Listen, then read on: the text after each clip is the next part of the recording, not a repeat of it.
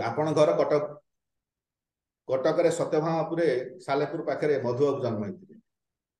पराधीन भारत में जिते भारत इंग्रेज शासन अधीन थिला से इंग्लैंड सरकार विरुद्ध लड़ाई करी ता आईन की बदल देते ये हूँ से ओडिशा बुझिपारे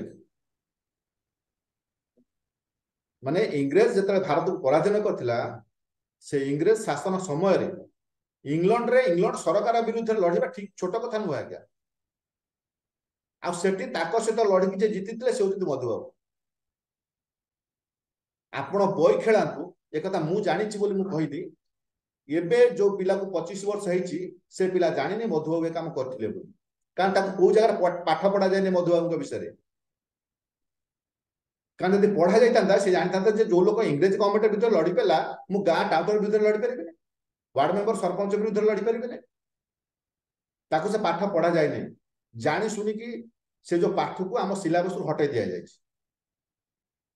आम बेले पंचम श्रेणी में पढ़ाऊला कृषि विज्ञान षष्ठ श्रेणी पढ़ाऊला बड़ लोक जीवन कथा सप्तम श्रेणी में पढ़ाऊला महापुरुष जीवन जो पढ़ुलु क्या विषय ना गोपबंधु विषय सुभाष बोस विषय नेताजी विषय मधुबाबू विषय पढ़ुलु फकीर मोहन विषय पढ़ुलु केनेडी विषय पढ़ी एम विषय पढ़ी गांधी विषय पढ़ी ये स्वतंत्र बही थी ये बही की हटे दिगला कहीं हटे दिगला ना जब ये बही पढ़े पिला माने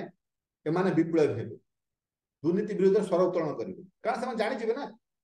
जो ओडिशा रे गोटे लोक जाकि इंग्लैंड गवर्नमेंट विरुद्ध लड़ी पारा मु मो गाँ टाउटर विरुद्ध लड़ी पारे